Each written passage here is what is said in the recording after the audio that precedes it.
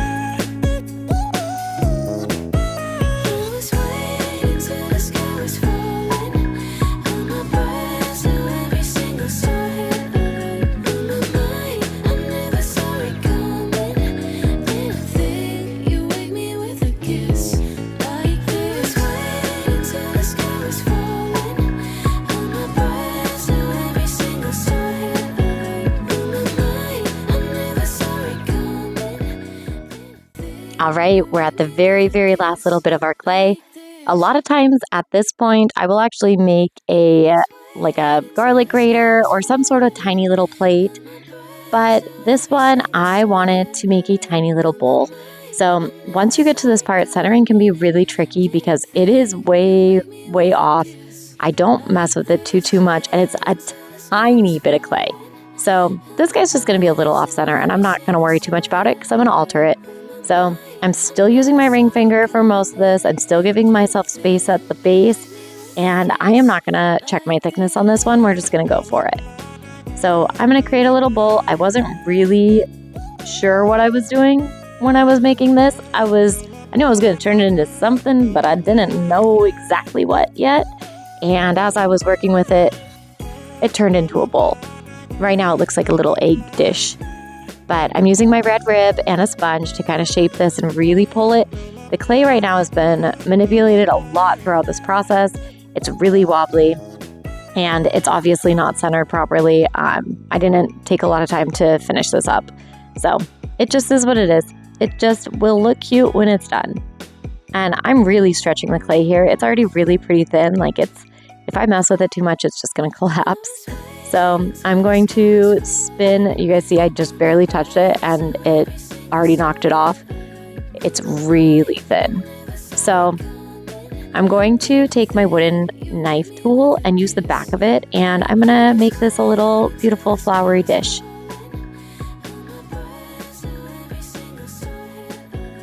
And I'm so used to cutting it off with my knife tool that I almost did that, and I really just needed to wire it off.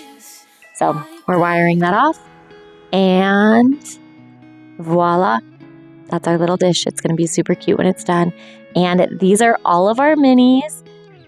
I think they all look great. They're all a little different and just adorable. So I hope you guys enjoyed. Hey you guys, I hope you enjoyed those, and I hope you get to see all the little minis. I have so many. Hold on, let me go grab one. Look at this little guy. So this is what they look like when they're glazed and they're all finished. They're just itty bitty and cute. You can add a handle to them. There's so many different ways of making them your own. You can carve them. You can do whatever you want with these little guys. This is one that we take on a lot of our adventures. He travels with us. He goes lots of different places. And I just think it's so cute. And if you actually get to see this versus an actual cup, It's really tiny. So let me grab a regular cup so you guys can see. Okay, I don't have any super normal size regular cups, but you guys can kind of see the difference of like a little itty bitty guy and a normal cup. So let's make some minis. Also, I just put my shoes on to come outside to film this because I don't do any of my filming inside my house. And a tiny itty bitty baby scorpion came out of my shoe. So somebody come save me because that's nasty. And that's where I draw the line. So, yeah. Okay. Goodbye, you guys. Squished him and then put him right here. I'm so sorry, little guy. You're disgusting. And you can't be in my house because you will kill my animals.